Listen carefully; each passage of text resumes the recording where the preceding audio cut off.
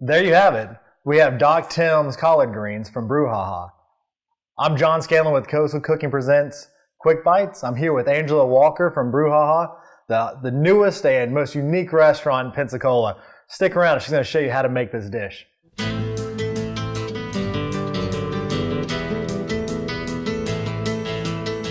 All right, from Brew Ha Ha, located at 2435 North 12th Avenue, in the heart of East Hill, where architecture around there looks fantastic already. But you have a new restaurant, Brew Ha Ha. It looks amazing. Thanks so much for being on, Angela. Thank you, John. So today I'm going to be sharing my dad's collard greens. It was his very favorite meal. He could make a whole meal out of a big pot of greens.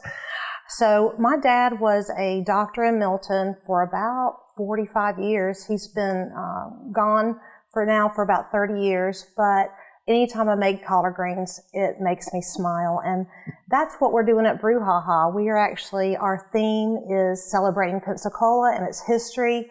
And so much of our own personal history is tied to food and the memories that we make around the table with our family and friends. So this is what we're doing at Brew Ha Ha. So this is the dish I chose to share with you today. A lady named Ruby taught me how to make this. And the way she always started was she started with a stick of butter or a half a stick of butter and some Vidalia onions. So one of the things about collard greens for me is to really work on the layers of flavors. Mm-hmm. So this kind of starts you off with a nice first layer of flavor and get that sweetness of the onion. And you want to kind of stir this around with the butter until the onions start turning clear. In addition, a lot of people use different things. They may use salt pork. They may use bacon. Everybody kind of has a preference. For me, I love just good old cubed, smoked. It's important that it's smoked ham bits. And so you can see the size of these. They're real nice and bite-sized. The reason I prefer these is that as you're eating it later, you're not going to get a big piece of fat like you might with bacon. Absolutely. And it's just they're already cubed up and nice little dish here. So just keep stirring that around. And then you really want to turn up the heat pretty high here because you want to get a little char almost on the onions and on the ham as well, so that you get that nice little extra layer of flavor. So there. Well, it's already smelling great, I'll tell you. Yeah.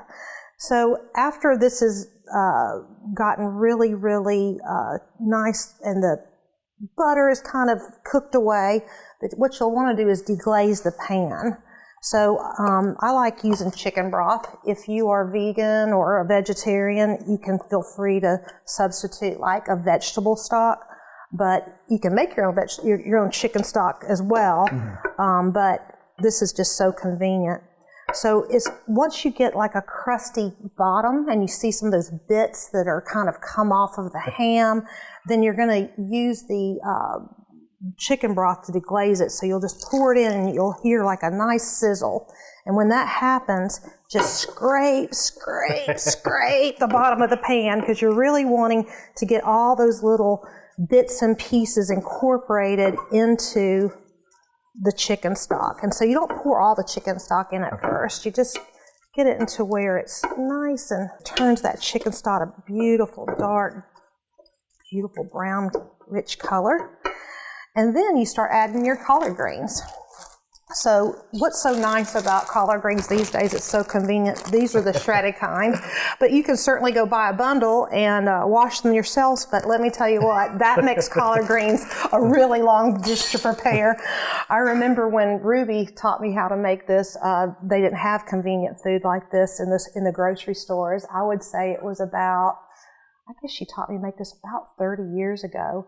And so we would get the collard greens and we would trim off the middle piece. And sometimes in the shredded kind that you get at the store, let me see if I can find one, you'll see the stems occasionally like this. But we would actually pull off those stems.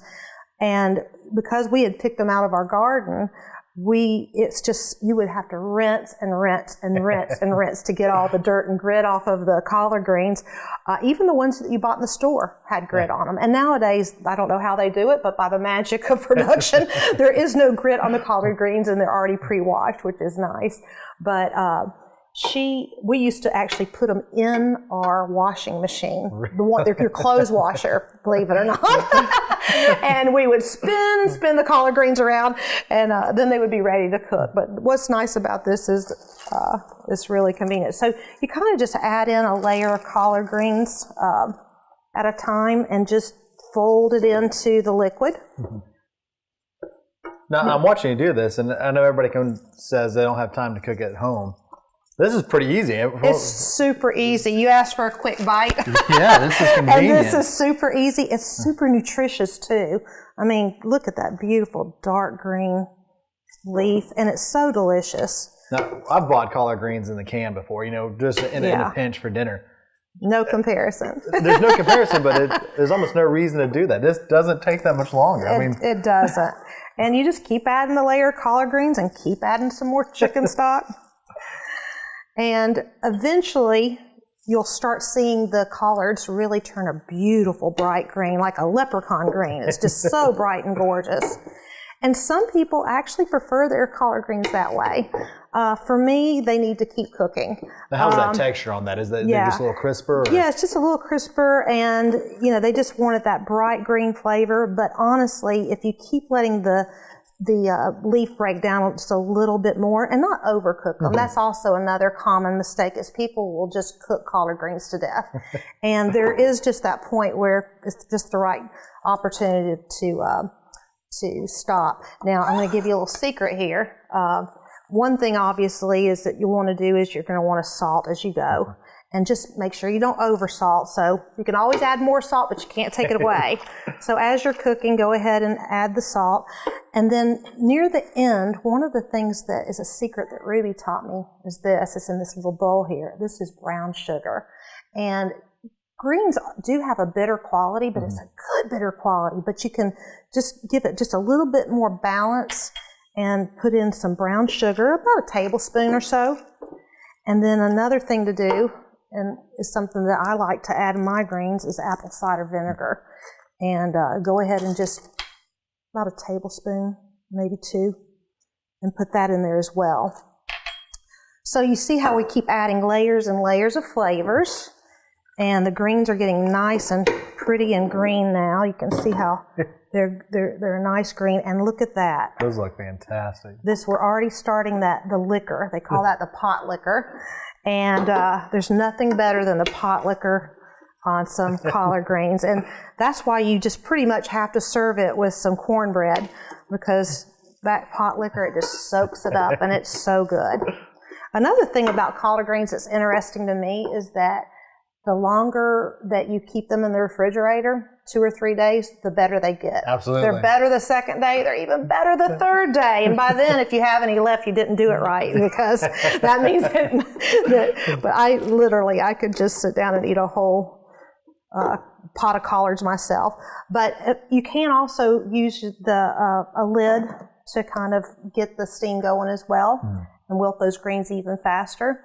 But all in all, from the time you start a pot of collard greens to the time you finish, 30 minutes. Wow. Yeah, so it's and really after you've gotten all the greens incorporated and you've stirred them around, then you just put it on a low simmer and just let the pot liquor get richer and richer and the greens get darker and darker. I like to stop when the greens are about the color of what I call like an army green.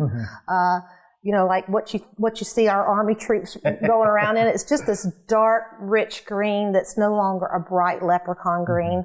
And then I'll show you the finished product here. You can see we had some in our pot earlier, and this is what the pot liquor looks like. Oh, that looks awesome. Yeah, and then you can see too, just the bits of onion. And I like to do my onion kind of nice and rough cut and big, larger pieces, so that you can kind of see it, and then you can see the beautiful cubes of smoked Yeah, you see the charring on the ham, everything. Yeah. It's delicious. And a lot of times people like to serve it, like I said, with cornbread on a cast iron, of course. Some hot sauce is also a nice thing to add. And we actually make this ourselves. This is so easy. You just put vinegar in a bottle, and if you have one of the little pepper plants that you can find at your local home improvement store, you just put the peppers in there, and eventually you have that keeps building on it. And then my dad always liked it with a piece of green onion on the side. And serve it up. You've got Doc Thames Collard Greens. A lot of times patients, he would work really late hours, and those of you that know him out there, you know that a lot of times his patients would actually bring him collard greens in lieu of payment, which was years before HMOs, right? And I think he happily accepted it because, like I said, he loved the collard greens. And I really appreciate Ruby, too, who taught me how to make this. And at Brew Ha Ha, we're also featuring nostalgic dishes like this. And once a month, we actually feature a neighbor that lives in the East Hill area that shares a recipe from their own family that means something to them, and they bring it in, and we offer that on a Saturday. That is once awesome. A month. That's a great idea. Yeah. It really is. Thanks. There's so much community and life in East Hill that I just think that's awesome. Thank you. So you guys are open, what, 5 days a week? We are. Well, we're open Tuesday through Saturday, and we take Sunday and Monday off and do some deep cleaning and get rested for another great week. We have a happy hour from 3 to 6, and each day of the week. And on the weekends, we always try to do something special, have some live music or a DJ, something that takes you back and helps you enjoy the atmosphere, which is a really cool, nostalgic vibe. We have hundreds and hundreds of pieces of memorabilia from Pensacola, signs, displays, cheerleader uniforms, you name it. We've got it, and a really cool outdoor seating area as well, where you can bring your dog, because a lot of East Hillians love their dogs, and we have a lot of people walk up or bike up and hang out on our back porch. Oh, that is excellent. Great. So thank you so much for being on and showing this dish and sharing it with us. I know you got a couple more that we're going to do. Yep. So watch the other videos as well for Brew Ha Ha. Again, go look at the building. It's incredible as a decoration. The decor is fantastic. But as you can see here, the food is even better. So thank you so much, Angela. Thank you.